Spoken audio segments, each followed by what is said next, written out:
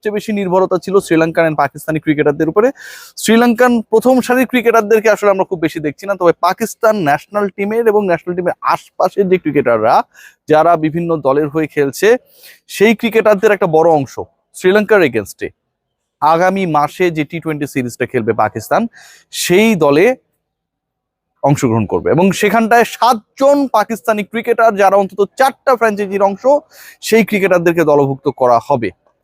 এবং এই কারণে বাংলাদেশ প্রিমিয়ার লিগ বিপিএল এর 4টা দল 7 জন ক্রিকেটারকে হারাচ্ছে। বিপিএল তার ভ্যালু নিশ্চিতভাবেই হারাবে এবং এই 7 জন ক্রিকেটারের প্রপার রিপ্লেসমেন্ট আপনি আসলে কাকে দিয়ে করবেন, সেটাও কিন্তু একটা বড় প্রশ্ন। একই সাথে আরো একটা আপডেট রয়েছে, সেটা হচ্ছে লিটন কুমার দাস রংপুরের। আপনারা সবাই আপডেটটা জানেন যে মুস্তাফিজুর রহমান তিনি সকালবেলা দলের সাথে যোগ দিয়েছেন। মুস্তাফিজ এবং শরীফুলকেও আমরা দাঁড়িয়ে থেকে গল্প করতে দেখেছি।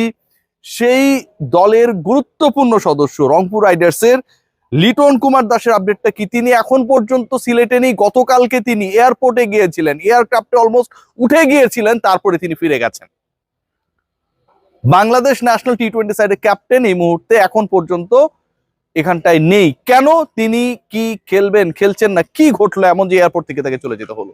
এবং থার্ড পয়েন্ট যেটা, শরীফুল ইসলামের মাথায় আঘাত লেগেছে, এটা দিয়েই আলোচনাটা শুরু করতে চাই।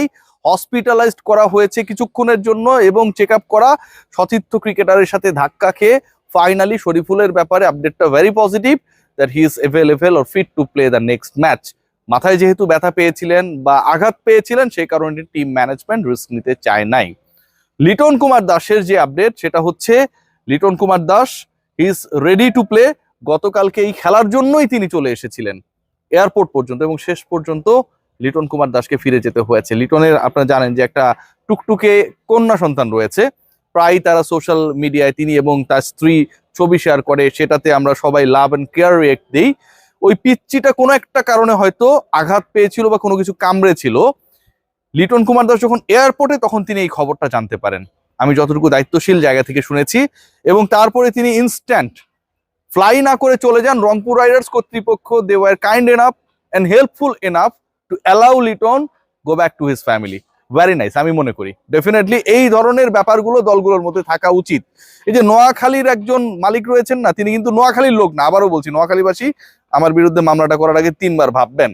এই লোক গিয়ে যেমন বলে যে অমুককে ক্যাপ্টেন বানাবো না, অমুক জায়গায় 10 লাখ টাকা দিয়ে দিব, এই যে চাপাবাজিগুলো করেন, এরকমটা অন্তত রংপুর রাইডার্স না। লিটন কুমার দাস